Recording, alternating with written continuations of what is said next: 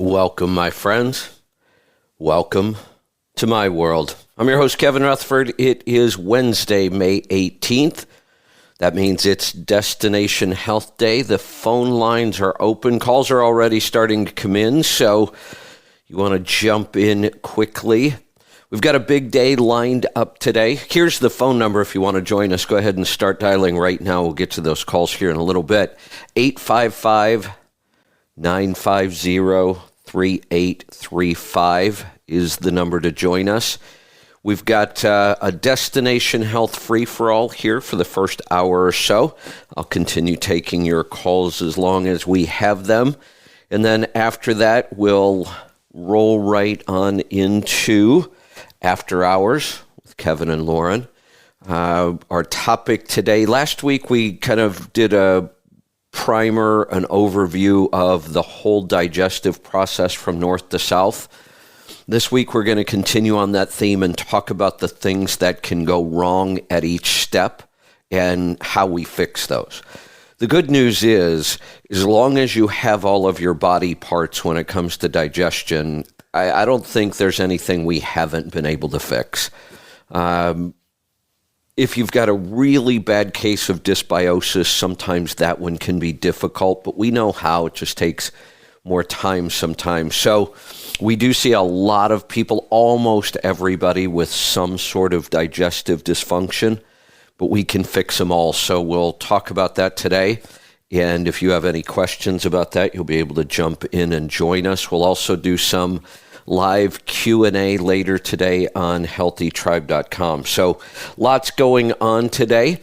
Calls are coming in, so I'm going to get to my open and then get to the calls here and find out what's on your mind. A couple things. I just want to talk first off about the state of our I'm going to call it a medical system or a sick care system. We just shouldn't refer to it as a health care system because it doesn't really care for anybody's health whatsoever.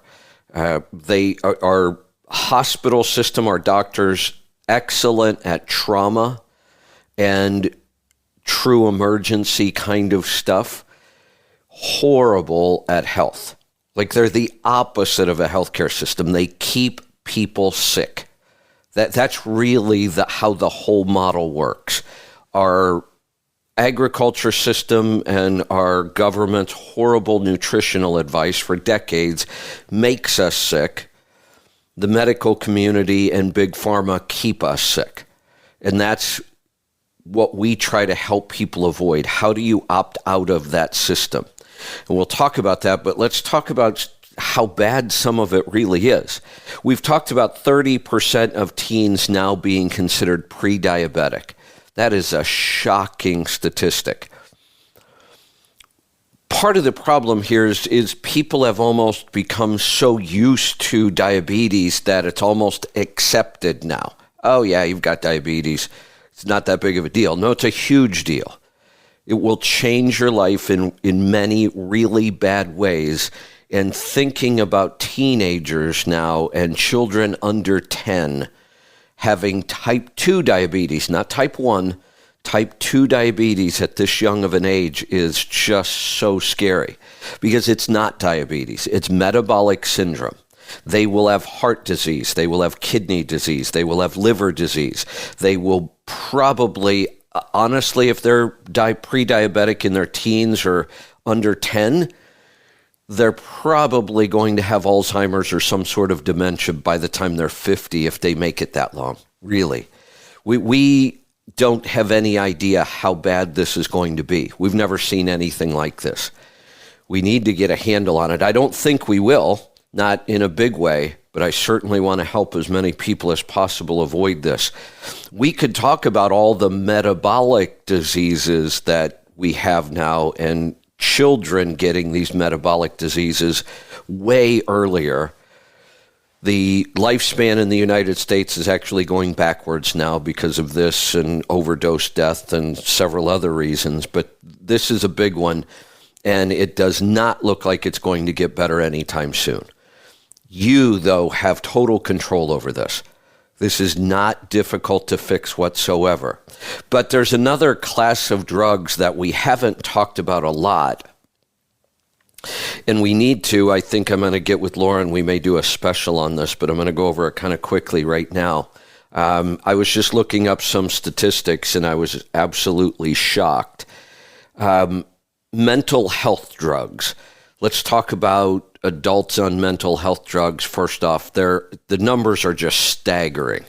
I'm shocked at how many American adults are on some sort of mental health drug. So if we go through the breakdown of what this could be, drugs for ADHD, those are mental health drugs, antidepressants, antipsychotics, anti-anxiety drugs, and mood stabilizers. Those are all in there. Honestly, I think we should probably throw in sleep medications as well, but then the numbers really look insane. So here's one of the typical patterns we see. People are suffering from some sort of, I don't even know what term to use. They just don't feel correct. They're anxious, they're depressed, they go back and forth from anxiety to depression, they're not sleeping well, then it gets worse. I'm not saying that people don't have these issues. They absolutely do. I don't doubt this for a second, and it's not all in their head. I guess it is, but it really isn't. We've always thought that mental health means, from the neck up, but it's really in our gut. That's one of the issues here. But a lot of times people think that, if you're on one of these medications, there's nothing really wrong with you. You're just, it's all in your head. That kind of thing, that stigma still exists. There is clearly something wrong. These people don't feel correct. They don't feel normal. They do have all those symptoms that we associate with depression, anxiety, altered mood, those kind of things. I'm not denying that these conditions exist. They absolutely do, and they're horrendous. Who wants to walk around feeling like that all the time? The problem is the drugs, like almost every other issue, condition, disease, syndrome we have, the drugs aren't working. They don't work. They cause more problems and they really don't help. And all you have to do is look at the history of these commercials on TV. Believe it or not, you can figure out this problem by watching the history of the commercials. Go back 10 years ago or so, and there were lots of commercials for certain classes of these drugs, anti-anxiety, antidepressive. And you could go back 50 years. In the 60s, Mother's Little Helper. These drugs have been around a long time, and they're common, and they get used a lot. And again, people think, well, no big deal. They make me feel better. Well, they have horrible side effects. They're not good for our health. And why don't we question why we need these? What's broken that we have to have this? And the drugs are approaching this problem from the wrong way. We're trying to directly influence the neurotransmitters in the brain, and we're not very good at it. Well, if 80% of the neurotransmitters are created in our gut, and they are by gut bacteria, why are we creating drugs that work on the brain and then really don't work?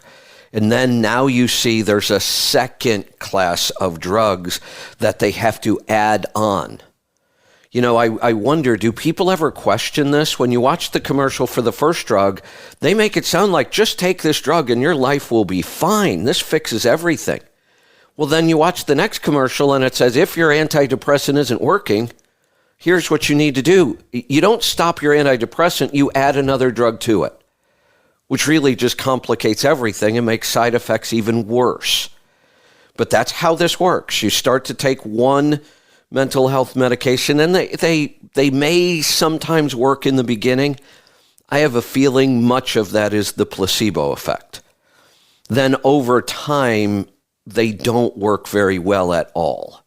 And now you have the same mental health issues you had before you started taking the drug, and you have the issues of the side effects. Now they have to bring in a second drug, and look, if you bring in the second drug, your mental health drugs work 68% better. Well, why? Why do I need 2 drugs? You told me I only needed 1. Now I need 2. Well, get ready, because when you start taking those 2, there's a pretty good chance you're going to need a 3rd. And the 3rd now is only to fix the side effects from the first 2. And we now have a disease, I've talked about this before, that is created by the drugs. It's called tardive dyskinesia. It's created by the mental health drugs, not a virus, not a bacteria, not some nutritional imbalance. This condition exists because of the mental health drugs. So now we have to take a 3rd drug so that your face and your hands and your body stops moving on its own. That's what tardive dyskinesia is. All day long, your face is contorting, you can't control your hands. And by the way, those conditions can be permanent. So you want to think really hard before you take any drugs. Also ask your doctor. People just don't seem to ask this question very often. How long am I going to be on this drug, and how are you going to get me off of it? Start asking your doctors that. I'd love to hear people ask that question. As far as I can tell, if you have a mental health issue and you go on one antidepressant and then you go on whatever the hell they call the boosters to make your antidepressants work right, and then you get tardive dyskinesia, and now you're on the 3rd drug to try to control that, and it doesn't work all that well. As far as I can tell, you'll be on those drugs the rest of your life. Ask your doctor if you're on these. Hey, what are we going to do to fix this so I can get off of these? We can fix this with food and a good diet and working on gut bacteria. Happens all the time. These are not normal conditions for the human body. They're common now, but not normal. Here's what really scares me about this. I went looking for numbers of children. Numbers of children and adolescents taking psychiatric drugs in the U.S. Listen to this number. I was actually shocked. So if we group all psychiatric drugs and the age group 0 to 17 years old, 6.1 million people from 0 to 17 are taking psychiatric drugs. 6.1 million. Now, as far as I can tell, they'll be taking them the rest of their life, because the doctors have no plan whatsoever on how to get you off of these drugs. They don't know why they put you on them in the first place, because they're not really trained in many of these conditions anyway. These types of drugs used to only be given by psychiatrists. Now they're just given by regular doctors all the time. Doctors have no clue half the time how these things work. Many of these drugs, we don't know how they work. We know some of them block serotonin from being taken back up into the cells, but they don't work well, and they have horrendous side effects, and you end up on 2 or 3 drugs instead of just 1. 6.1 million children. Now, when you break it down, it gets even worse. How is this even possible? It seems to me like all of these drugs are based on something you're feeling mentally. It's not like blood sugar. We can't measure it. It's not like kidney function or liver function or heart function where we can measure it. It's not even like inflammation that we can measure. As far as I'm aware, we have no way of measuring this. We base these drug decisions and these diagnoses on how people feel.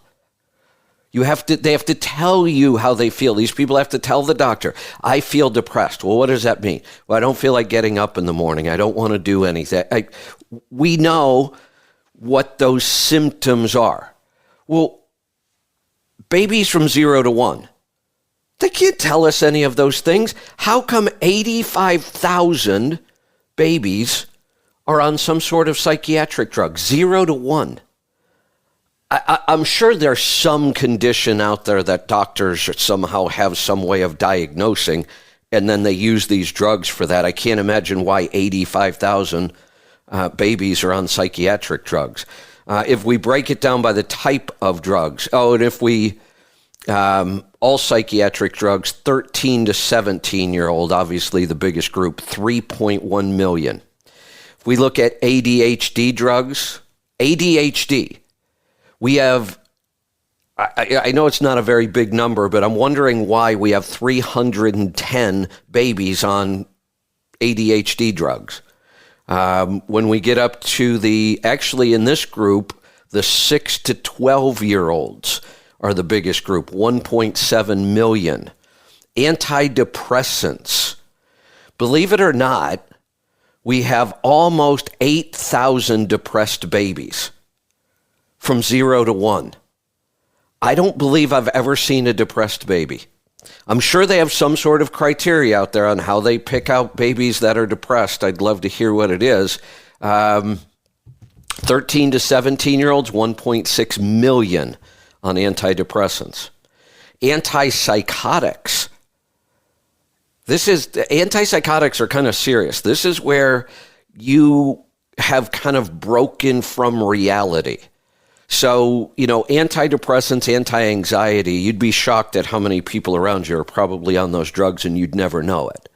Their behavior is somewhat normal. They're just depressed or anxious.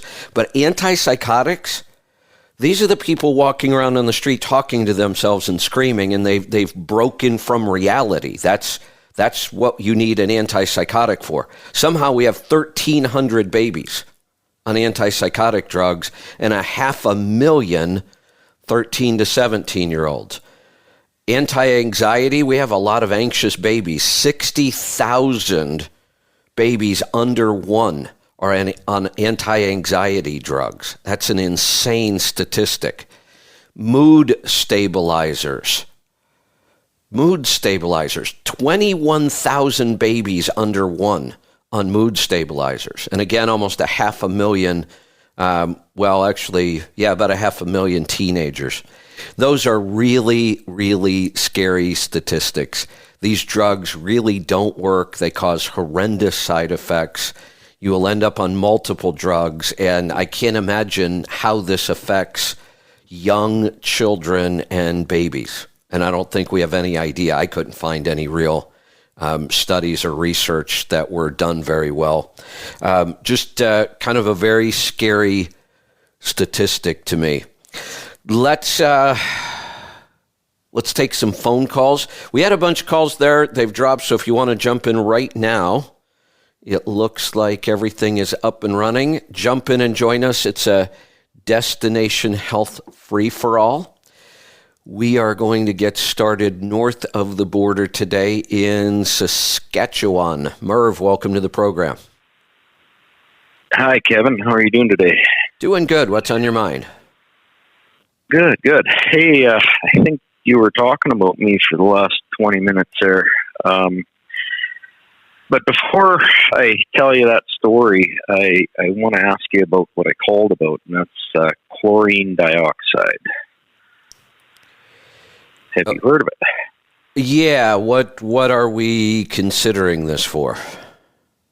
Well, my daughter, after her second Pfizer shot, she's had pneumonia, blood clots in her lungs, pulmonary embolism.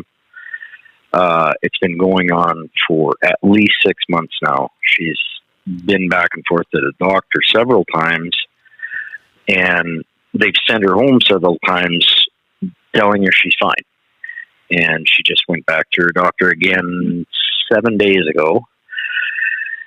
And her doctor's response was, they should have never let you go like this.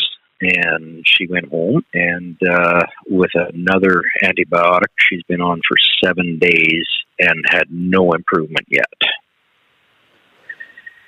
And I've come across this product, the Miracle Mineral Solution, I think it was called, but really what it is this chlorine dioxide. I've read up on it. It seems really convincing to me.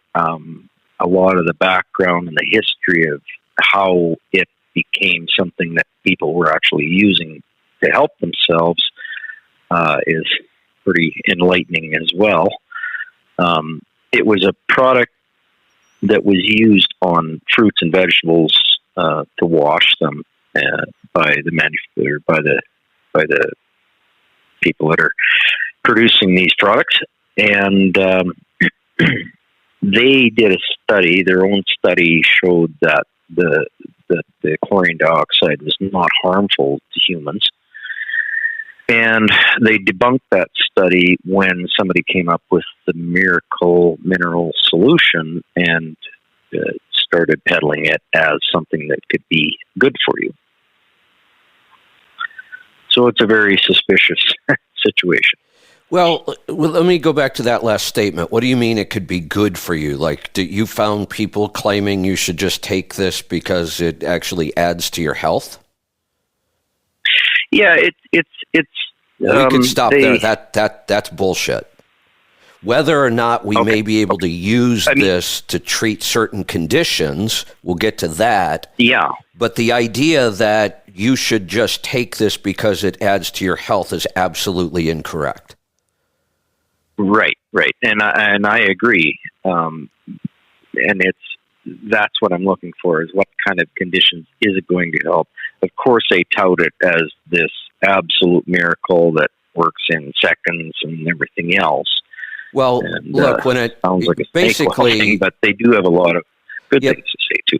Basically, this is to say that it works in seconds. It's a disinfectant. Yeah. It can kill living organisms, bacteria, yeast, fungi. Well, it works in seconds. So does bleach.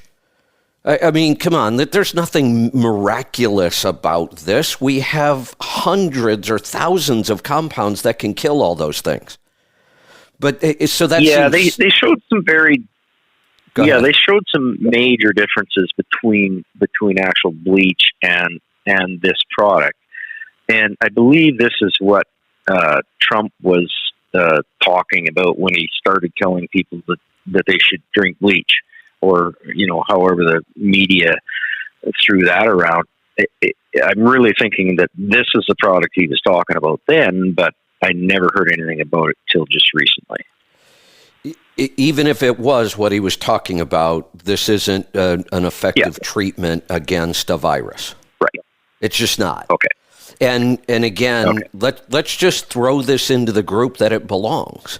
It belongs in the group of antibacterial, biocides. I mean, there are several names depending on what kinds of organisms it can kill.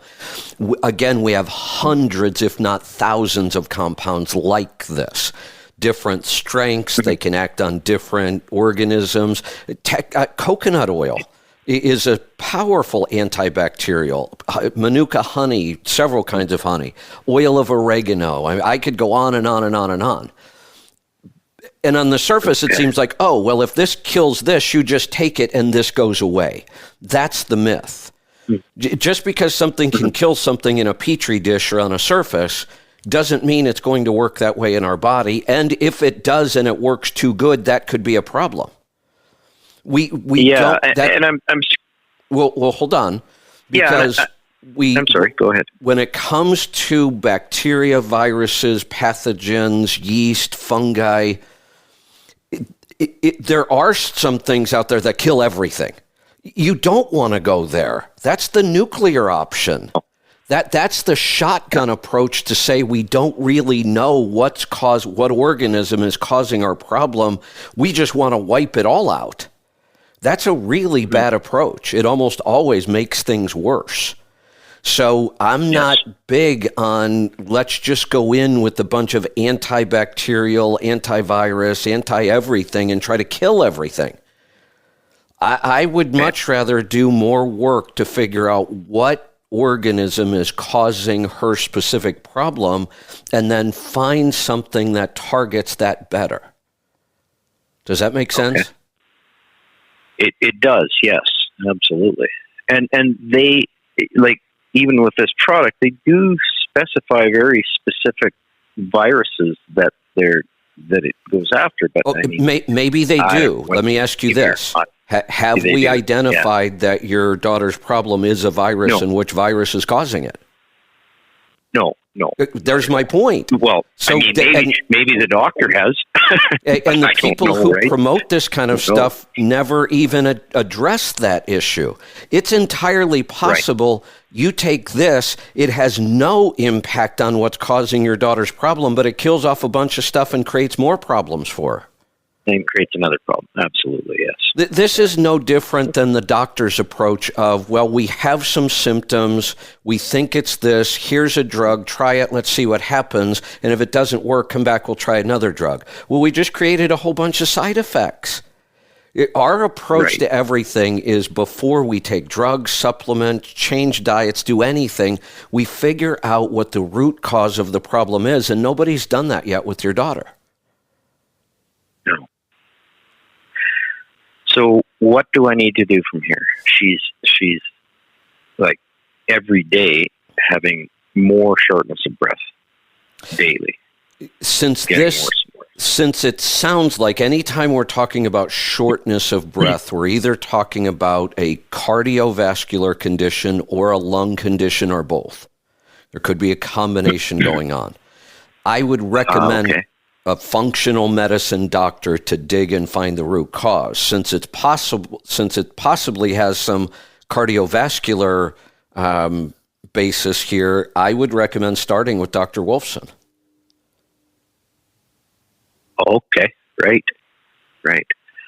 And he takes patients in, like phone patients? Yeah, and he does telemedicine. You don't have to go see him. You can go see him, but you don't have to. I've had people, fly down there and they said it's an awesome experience and they loved it, but you can do, conference calls with them and get started that way. Yeah. And by the way, I should be able to find he's contact info.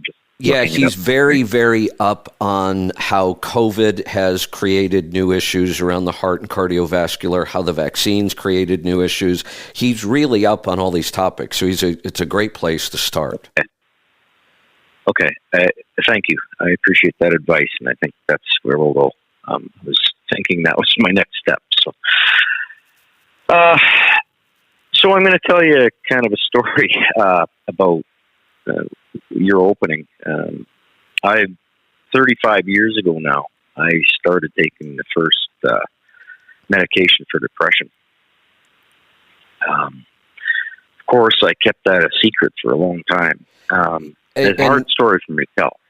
Yeah, and I understand why. I mean, we, for some reason, when, somebody's kidney isn't working right, we say, oh, you're sick, you need help. But if somebody's brain isn't working right, we tend to blame it on them. Right. Why did we do that? Yeah. And here's why, probably. Yeah. And I said it during my open. There's nothing about these conditions that we can measure. No. Yeah, it's ignorance, right? Like it is. It's just because nobody knows anything about it, and the only people that know anything about it are the ones that have it. Right. So I was on Effexor, Cymbalta, Prozac, Zoloft, Paxil. So there's probably others too. So I kind of forget about. I don't mean to keep interrupting you, but I really appreciate the fact that you're sharing this story, because I think we need more people to talk about this so we can figure out better ways. Let me ask you, why have you been on so many different medications? And I know the answer, but I'd like to hear your story. Yeah, I know you do. Well, I guess like if you take from the first time, and the story has been basically exactly the same every time. And I have a lot of memories from that time of, I'd be at work and I'm dizzy, I fall asleep at my desk, I have trouble functioning, I get called into the office and saying, hey, what's going on with you? And you I couldn't even tell them what's going on, right? Because of the stigma of the whole thing at that time. And so then, you get to a point where, maybe you're starting to feel a little better and things kind of level off. Sorry. But then,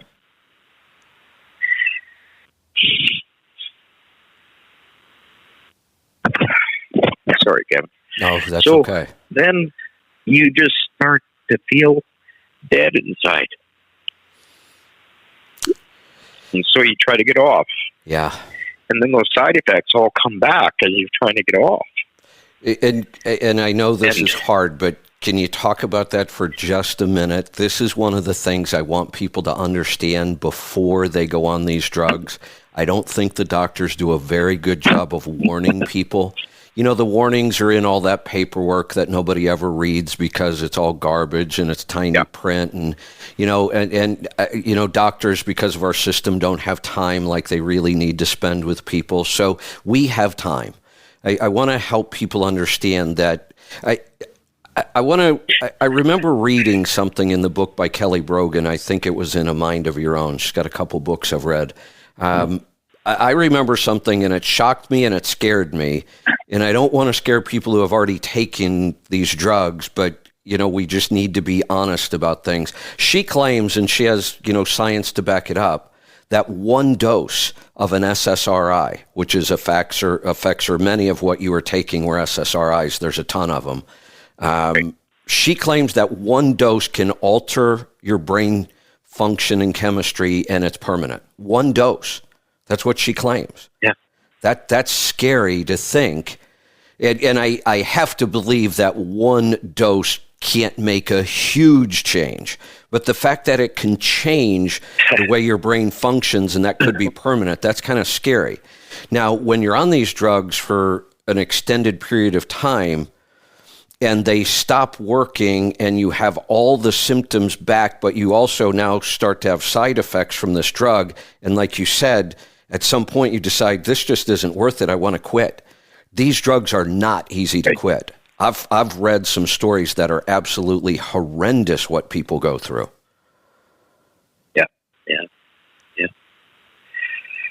Yeah, and I've been through that, I guess, process probably 6 or 8 times. Oh, I'm sorry. The last 30 years. So, and I'm trying now to get off them again. And it's not easy. A lot of trouble. No. Yeah.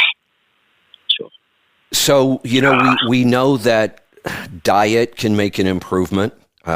Many times just diet alone, especially the younger somebody is, the less time they've been on these medications. We see kids with ADHD, anxiety, depression. Children usually respond really quickly to changing their diet. And that's something I want parents to hear.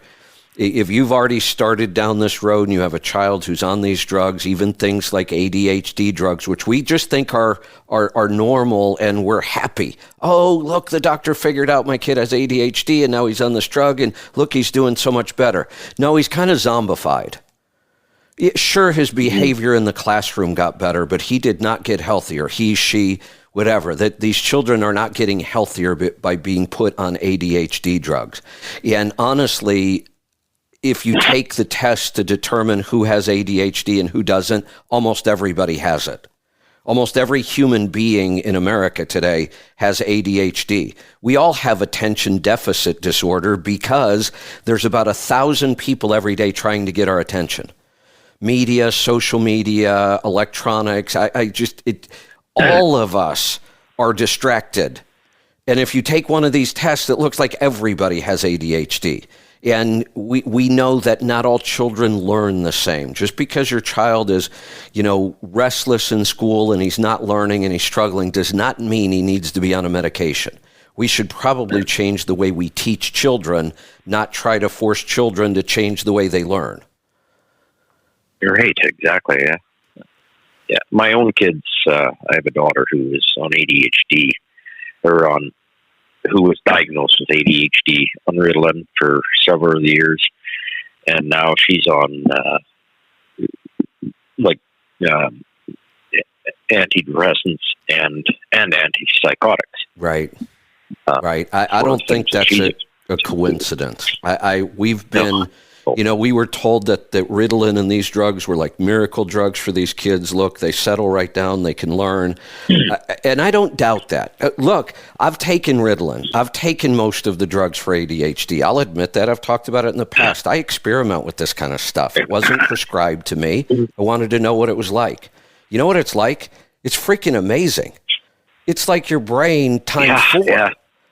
So if I take Ritalin and I get such an amazing result from it, I do. Man, I can sit down, I can focus, I can write, I can blast through all kinds of projects. There are a bunch of side effects to that, but it works. But it's not worth that. It's just, it's no different in my mind than, we kind of condemn athletes and bodybuilders from taking steroids so they perform better. That's all these drugs are. ADHD, these medications, sure, they do make you perform better. But honestly, so does cocaine. And here's something most people don't know. Go back to the 70s and 80s, and it wasn't Ritalin we were prescribing to these kids. We were, but there was another more popular drug for kids with ADHD in the late 70s, early 80s. It was methamphetamine. That's where it came from. Methamphetamine is not a street drug. That's a pharmaceutical, and we gave it to children. Great. Yeah. Yeah. Like, I've done like research like you've done, not near as in depth as you've done, but trying to fix my own problems because 20 years of dealing with a medical system that never fixed it. Then I got into that. I read Wheat Belly, just before you started talking about that book. Wow. And that's almost 10 years ago, I guess now. Yeah. And so that's when I started, looking at my own thing. And I was very happy when you started into it as well, because it really helped me along with it. And I've read like 50 books. And have you read any of the books by Kelly Brogan? Title? A Mind of My Own is the one that's coming to mind right now. I think that was her first one. And I would start there. Yeah. Okay. Kelly Brogan. Okay. I'll check that out. Now, I'll tell you that as a practitioner, she really focuses on women, and a lot more women suffer from this than men. I think it's because they're more hormonally complicated and all kinds of reasons, but and our society, and there's lots of reasons for it. But even though that's her focus, it's one of the best books I've read on this topic. I mean, you'll learn a lot about this topic and her approach. And then her second book, and it's not coming to me right now, I could look it up, I guess. But if you like the first, then move on to the second. Her second one, actually, if you were to read it first, you might find it to be a little extreme. I mean, her and her husband, who's also an amazing practitioner, they're kind of on the extreme side. If you think I'm anti-medicine and that, when you read theirs, they're pretty far out there. But they've also, they're really intelligent. They're both well-educated, nutrition and all these topics. So you got to put a little weight in what they're saying, no matter how extreme it might sound. Oh, for sure. Yeah. I'll just kind of leave you with one last thing is that, I believe that I have enough knowledge to fix my issue. But it's easy to say, but it's hard to do. I agree. And my diet is good. I'm almost completely carnivore. Excellent. And I started that a few months ago. And I've lost 35 pounds since that. Excellent. And everything else is great. But my head is my issue, right? So I like the fact that excellent. You're optimistic and you have the knowledge and you can fix this yourself, because you can. And I love it when people take this on themselves, even, by learning and reading the books and not just saying, oh, okay, I'll go to a natural practitioner. You've done more than that, and that's excellent. Let me. And I've done those things too. Yeah. So I've done it all. Yeah, exactly. So you know what doesn't work. And at some point, if you keep trying things that don't work, you run into something that does. And I think you understand now, this does come down to diet and lifestyle and you taking control. Let me throw in one more thing that I think when it comes to issues like this, depression, anxiety, a combination of the two, one of the things that I've found most powerful, and I don't know if you've addressed this or not, you could certainly use all the protocols I talk about, my stress busters. Those absolutely help. There's no doubt about it. But honestly, when it comes to this... And I haven't done any of this. Okay. And they can help a lot. But when it comes to this issue, I've found one thing that is really powerful. And the more of it you do, the better... What's that? I know exactly what you're going to say. Okay. Meditation. No, actually not. No? Okay. You got me. It's not meditation at all. In fact, after I developed all my stress buster protocols, I actually said, I don't know that I'm going to recommend meditation much anymore. Not unless somebody's and there's nothing wrong with it. It can be difficult, it can be frustrating, and I didn't get the kind of results out of trying to meditate as I got out of all the other things I worked on and developed. And in the beginning, you're right, I was telling everybody, meditate, because it's all I knew at the time. I couldn't figure out what else to tell anybody. Now I know there are more effective... I think it works for... I think that works for a lot of people, but not for me, right? Yeah, and look, if you get good at it, and it can be relaxing, and you'll learn some things, but there are far more powerful things that make changes much faster than meditation does. And like I said, I was the guy that for years, if you were stressed, I was telling everybody to meditate because I didn't know what else to tell them. But when it comes to issues like this, not necessarily just stress. Stress is a big component to what you're dealing with, but the depression, thoughts like I'm not interested in anything. Right. The absolute most powerful thing I've ever seen, go help somebody else. Go give back. Go volunteer in any way you can think of.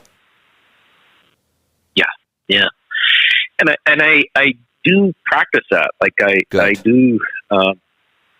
we call it being selfish, friends of mine, right? Because I'm just trying to get something from you by, helping you fix your tire or whatever in the parking lot. And it does work. I agree. And make it formal. A lot of times we kind of wander around looking for some way to help. Oh, look, they're broke down. I can help them. That's awesome. There's no doubt about it. Yeah. But to make it consistent and more powerful, find a food bank that needs somebody to pick some things up from stores or stock shelves after hours or whatever. And, schedule that I do this every Thursday night or Saturday morning or whatever it is. And then you kind of feel like you're a part of something and you're continuously giving back. And it can be really powerful. Right. Yeah. Okay. Thanks, Kevin. I appreciate your time. You're welcome. I look forward to hearing back from you soon.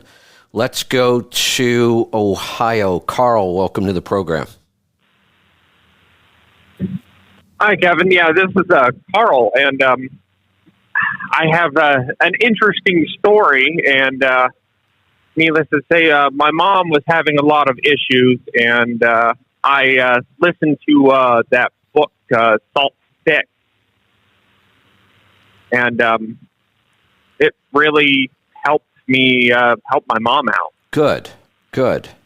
Pretty crazy, isn't it? Well, no, the crazier thing is they put her on a low-sodium diet. They put her on water pills to try to get her to lose excess water. And then they kept wondering, why is her leg swelling up? And she stopped sweating. She was no longer sweating anymore. And, her kidneys started getting worse and worse. And, they went all the way up to stage 2. And, I asked my mom, hey, just try putting salt back into your diet and, see how you feel. and she started losing a lot of water. She said she started going to the bathroom a lot regularly, and so it really changed it around for her. Good. Excellent. I just think it's crazy that they, didn't even think about the whole sodium levels. I do have some other questions. Sure. I was reading, listening to the Keto Clarity, and they were talking about the glucose neogenesis and the consumption of protein. Wouldn't that keep people from getting into ketosis, while on carnivore? Yeah, it's interesting that you went back and picked up on this, because Keto Clarity is absolutely one of the first books on the market about keto. Jimmy Moore wrote it. We actually had Jimmy Moore at one of our CMCs as a speaker. He was one of the really, really early keto guys. And that was an excellent book. He wrote it with like 6 or 7 doctors, if I remember right. I don't remember all the doctors that were in it, but it was very well written. And for a couple years, so gluconeogenesis means the making of new glucose. That's what the word means. And we know that our body can create glucose from several different things. If we don't consume any carbohydrates or glucose, and our brain needs some, so the body can make it. Because if it couldn't and we didn't consume it, we would die. If our brain doesn't get glucose, we will die. Our brain loves ketones and it can run on ketones, but it has to have some glucose. So if people were to fast because there's no food, if your body couldn't make glucose, you would die after a couple of days. And we don't. We can live for months sometimes if we have enough fat on our body fasting. And that's because our liver can make glucose. And it can make it from protein, or it can make it from fat, but primarily it will do it from protein first. So we took that piece of information and we assumed, and we were wrong, that the more protein you ate, the more glucose your body would produce. And we would tell people that's why keto is a high-fat, moderate protein diet, not a high-fat, high protein. It's high-fat, moderate protein, because you don't want your body turning all that protein into glucose. We were wrong. We were completely wrong. What we missed was the fact that just because your body can make glucose out of protein doesn't mean it keeps making it just because you eat more protein. Your body only makes as much glucose as it needs, no matter how much protein you eat. So we took some information and we interpreted it wrong. And it took us a while to figure out, and we started figuring out when people were eating a lot of protein and losing weight and their blood sugar was under control. And we found out, oh, look, you can eat a high protein, moderate fat, or you could eat high protein, high fat, or you can eat high protein, low fat. And your body doesn't create a bunch of glucose. It creates enough for what it needs. And if you already have some glucose or carbohydrates in your diet, then it might not turn any of the protein into glucose. So you came to the same conclusion reading that book all of us did as practitioners, and for several years we were all giving the wrong advice. We were telling people, be careful about your protein intake, and it turns out that you can eat carnivore, which is basically pure protein, and your blood sugar drops pretty quickly. Yeah, what happened is I was listening to the book and I heard, the whole glucose thing. And I was asking, okay, then why is it that people on carnivore diets were, being, getting through ketosis? So that's what jumped into my mind. No, you came to like I said, you came to the same conclusion we all did. We were wrong. And here's something else I really hope that as the natural health community, we continue to do this. We continue to admit when we're wrong. Admit it, fix it, move on, learn something new. And I don't want to go down the same path the medical community has, that after 50 years and so much evidence, they still swear that fat is bad for you. When will they ever admit how wrong they were about this, how wrong they were about salt, how wrong they were about exercise? I could go on and on and on. They never seem to admit that they were wrong. And I just hope as natural health practitioners, we don't ever get to that point. And so far we haven't. I can go through lots of things that we thought were correct 6 or 7 or 8 years ago when we started. And now over the years, we've changed our mind and said, no, we learned more. That was wrong. This is better. What we know as better today, we might find something better next month. And I hope we continue to be able to admit that we were wrong, we're partially wrong, and just keep improving. Yeah, so that other question is what mechanics are actually generating the nitroglycerin when breathing through the nose? Because I heard that from when you were talking with the gentleman about the Cardio Miracle. So you mean nitric? You mean nitric oxide? Yeah, nitric oxide. Yeah. What causes that to happen? Yeah. All I heard is, breathing through your nose, that deep breathing, but why? I don't understand why. Well, so two gases are affected when we breathe and how we breathe: oxygen and carbon dioxide. Because we breathe in oxygen, we breathe out carbon dioxide. So every breath we take changes the level of both of those gases.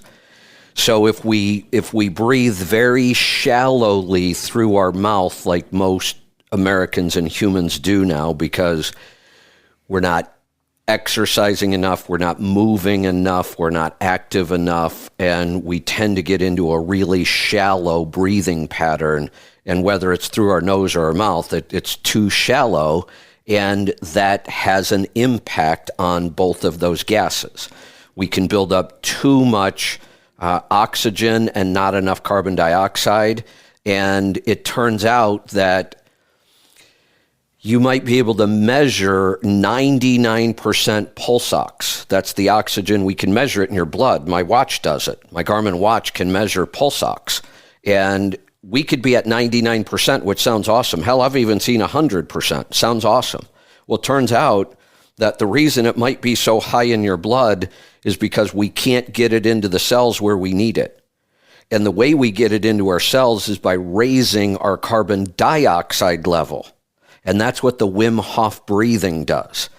The Wim Hof breathing increases carbon dioxide. We keep thinking we want to get all the carbon dioxide out. That's not necessarily true. We need a certain level of carbon dioxide. That's the signal for our body to move that oxygen into the cells where it can be used. Now, nitric oxide is downstream from both of those gases, but it's impacted on both of those gases. You know, I've made the statement before that when we get into the mechanics, like you said, or, you know, we find out this nutrient does this and this and this and this and this and this. And if you add this nutrient, then they can do this. I've said it's so complicated. Anybody who's ever taken a biology or a physiology course and you get into the nutrients and the chemical reactions in the human body, it becomes outrageously complicated. And we have to know these things. Somebody has to learn these things. But once we know them, I've said, look, the human body is outrageously complicated, but the owner's manual is really simple. It should just be one page. If we eat right, if we live right, all of those things take care of themselves. We don't really need to understand how they all work, because it can get, some of it's just too complicated for me. I can't get my head around it at all. But I understand enough to know basically why something works. Now, breathing through your nose or your mouth, there is a difference. A lot of different things happen. If you breathe through your nose, your body has time to warm up that air. It has time to filter the air. It does have a different impact. The interesting thing about Wim Hof, and he's done, lots of research. They've studied him. They've done all kinds of testing. They continue to. People ask this question all the time. And I'm going to use a little profanity here. So if you have little ears listening, you might want to mute this for a second. I'm going to say what Wim Hof says just for the impact of it. People ask him all the time, should I breathe through my nose? Should I breathe through my mouth? Should I do that? Should I do? And his answer is, just breathe, motherfucker, breathe. He doesn't get really technical and complicated because you get the impact of his breathing method, whether you breathe through your nose or through your mouth. I tend to alternate. I just figure if they're slightly different and different things are happening, I'm going to do both. I'm just going to breathe. I'm not going to get too worried about it. You follow, the way he tells you to breathe. But he will say, don't get all crazy about this. Just the fact that we're breathing deep, you're holding your breath for a while, all of those things are what's going to have the impact on this. And yes, the breathing does impact nitric oxide, but it's downstream, and it's because we're affecting oxygen and carbon monoxide or dioxide. Okay, that makes sense. That was pretty much it. Thank you. All right, you're welcome. Thanks for the call. Let's go this time to Illinois. Oh, hold on. I almost hit the wrong button there. Mike, welcome. Hello, Kevin. How are you? Doing good. What can I help you with today? I got a question. I ordered a Cardio Miracle to give it a try, and the one thing I did notice was vitamin D3 was 5 milligrams. Now, I've been supplementing with the DK, the 5,000 drop. I've been taking 2 a day and maintaining about 80 at my blood test, on the blood test. Is that 5? Should I stop taking that? Will that 5 be able to maintain a decent vitamin D level, or we just got a blood test again to find out? Vitamin D seems to be one of those things that I really just believe that we at least have to test once in a while so that we have an idea of what does what. And the reason being, you're right, we take, we're taking a specific vitamin D supplement, and we get a result and we get a number, and then we add another supplement like Cardio Miracle, and it's got some vitamin D in it. That can have an impact. Or, I just recently started eating quite a bit of seafood again. That could change my vitamin D intake significantly depending on what I'm eating. And I'm eating some organ meats again. And, I'm really trying to focus on nutrient density. That's going to impact my vitamin D level. But I'm not sure how. Summer's coming up. Being outside has a huge impact on our vitamin D level. There are so many different factors around vitamin D that anything I tell you would just be a pure guess. What I would tell you, honestly, is you're taking 2 drops of the vitamin D? Yeah, 2 drops to maintain about 80 on the blood test. So I'm just going to guess based on some past history and testing this kind of stuff. I would drop to 1 drop a day. I wouldn't stop taking it completely because that's our most effective form of vitamin D. I would go to 1 drop, add the Cardio Miracle, and then test at the end of a couple months and see what it looks like. Yeah, that's what I was planning. I just wasn't sure. Yeah, I don't think I would drop it completely. I think if you were to drop it completely, you would end up with lower vitamin D levels, and you're just about perfect right now. Okay. All righty. Well, that was it for right now. I'll look at the rest of the stuff, see what's in there exactly, but I was just curious about that. Yep, that is I thought it might be able to help. Yep, I've addressed that before. That is an issue. And we look at several things because Cardio Miracle has a lot of nutrients in it. But vitamin D is one that I just believe that the more we test, the better we get at really understanding what impacts our vitamin D levels. I'm getting ready to start dropping my 5 drops a day down to 3 and maybe even 2 because summer and I'm out in the garden and I get plenty of vitamin D from the sun. Not enough. I have figured out no matter how much time I spend out in the garden, I don't get quite enough from sunshine alone. This year I may try sunshine and several foods high in vitamin D. I would like to see if I could at least get to the point in the summertime where I don't have to take any supplementation at all around vitamin D. So that's one of my projects this summer. And when I say I'm getting ready to, because it's May 18th and we haven't had any sun yet. It is raining again today. It's great for the flowers and the plants. Unfortunately, I didn't get my garden in early enough to take advantage of all this rain. And the other problem, it's great for flowers, but vegetables need heat. And we have not been warm at all yet this year. We had 1 or 2 days. I think we might have touched 70 once. 60's even been unusual. We've been kind of stuck in the 40s and 50s, really cold, wet spring. So, all right, I'm going to grab one more phone call, and then I'm going to be joined by Lauren, and we can get into After Hours with Kevin and Lauren. I'm going to go to California this time. Mike, welcome to the program. Hey, how you doing, Kevin? Good. What can I help you with today? Well, I just went to the doctor and they said that I have 2 bulging discs and they're putting pressure on, I don't know if it's blood vessels or what, but the reason I figured it out is I started getting some weakness in my legs. And so they did an MRI and they're going to send me to a spine specialist, and I don't like the idea of that. I know where that's probably going to lead, so I was wondering, you got any thoughts for me on that? I have lots of thoughts. By the way, I'm doing keto. Yeah, tell me about your diet specifically. Right now, basically, I'm eating just homemade, stuff, meats. I'm eating yogurt every day. Let's see what else. So tell me, hold on. Sticks. Tell me about the quality of your meat. It's just grocery store. I would change that, and you may be. I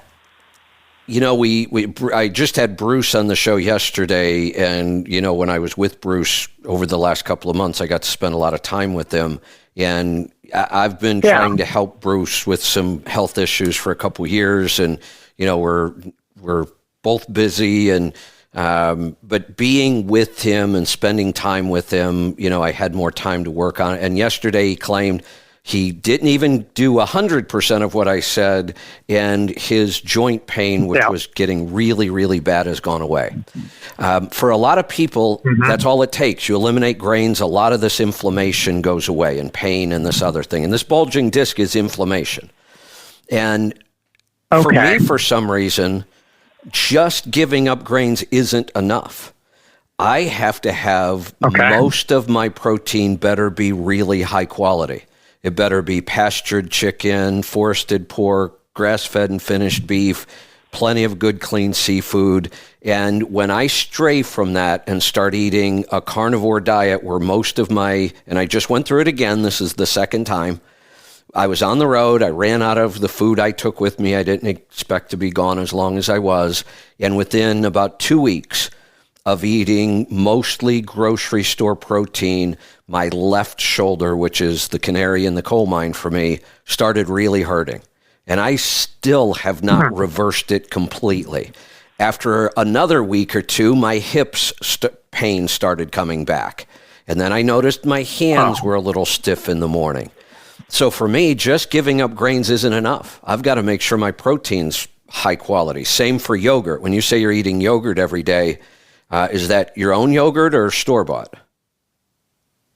No, it's store-bought. Yeah, so the quality of that dairy is probably poor. So one of the dietary changes I would have you make is to really focus on the quality of the food you're eating. Okay. And add more organ meats and more seafood. Okay. Now, that's where I'd start nutritionally. The other advice I would give you is, have you ever seen a chiropractor? No. I would absolutely find a good chiropractor. Really? Absolutely. Okay. I'm a huge believer in That's chiropractic. interesting. Always have been. I started going to a chiropractor when I was probably 13 because I threw my neck out really bad, and I've gone on and off since. I will tell you, the last 8 years of my life is the least amount of time I've gone to a chiropractor. I think in the last 8 years, I went back to the chiropractor I have here in Oregon. I think I went back to him for about 2 weeks. I kind of messed up my back. It was an injury. And 2 weeks, he had me, fixed up pretty quickly, and I haven't had a twinge or a pain anywhere in my back since. I used to go a lot for my neck, but as long as I keep my diet nice and clean and nutritious, nutrient dense, then I don't really need chiropractors much anymore unless I have an injury. Okay. What's strange about this is I don't have any pain from it at all. It's just I noticed the weakness in my legs, so I started going because I was like, it was going on for a couple months, and I was like, I better get to the bottom of this because I didn't know what it was. Yeah, no, I'm glad you did. Yeah, you definitely want to take care of this, but I don't believe we need drugs or surgery, and that's all they have. Okay. The traditional medical community has nothing else. They have drugs and surgery. Yeah, they wanted to. They first thing before they even knew for sure what it was, they wanted to give me a cortisone shot in my spine. I was like, that ain't gonna happen. Yeah, and then they had two different drugs. They wanted to give me, and I was like, well, until we at least know what it is, Exactly. We're not gonna go there. Yeah. And I knew I was already cutting out grains, and they're like, well, this will get the swelling down. And I was like, I need, yeah. So I was hopeful that Wednesday, today I could get through and talk to you about it. Good. Because I was like, I don't want to do anything with that. Yeah, I would focus on nutrient density, the quality of your food, and I would find a good chiropractor and go to a full consult with them. Okay. All right. Perfect. Yeah, I went to a physical therapist, and he was like, you don't need to be here. You are strong. There's nothing I can do for you. Well, I'm glad he didn't try to do something if he didn't feel like he could, but how can he claim you're strong when your complaint is leg weakness? Yeah. Well, what's weird about it is it's not always, they're not always weak. Well, no, sometimes. I get that, but yeah. And again, I'm glad if he doesn't know what to do, I'm glad he did nothing instead of trying to do something not understanding. But when somebody says my legs get weak, I don't care if it's all the time or every day. Why do they get weak? Let's figure that out. Right? That's what I started thinking. Because at first I thought maybe I just worked too hard that day. But, that's not me. I mean, I was crouching down a lot. Yeah. I was like, wow, I can't hardly stand up. I was like, that's not normal. And so and I blew it off. And then, it started happening over and over throughout the next couple of months. And that's when I was like, okay, let's get this figured out. So, and I will definitely... I think they actually did a good job of diagnosing this. I think they have found the correct problem. You do have the swelling and inflammation. It's affecting the blood vessels, which is affecting the blood flow. So I think they did a good job of diagnosing and identifying. And our medical community actually is sometimes pretty good at that. Many times they don't get to the root cause, but they at least get us to the right place. They got us to these two discs that are bulging, so we're in the right place. Now let's figure out why they're bulging. Did you injure it? That may have occurred, but if our body is healthy and we have all the right nutrients, our body should fix that injury and then the problem should go away, and that's not happening. So now we can look nutritionally. Does your body have all the right nutrients to fix that problem? And if it doesn't, let's get at the nutrients. Then the chiropractor can look kind of physically or mechanically. Is there a problem in the spine itself that's not allowing this inflammation to go away? And that's where the chiropractor comes in to make those adjustments to get the spine back to the way it should be. That's interesting. Okay. Perfect. That sounds awesome. All right. So give that a shot, and I'll look forward to hearing back from you. And I think we're going to hear some good results. Be safe, be profitable, be fit and healthy. Always do the hard work and master the journey. I'm Kevin Rutherford.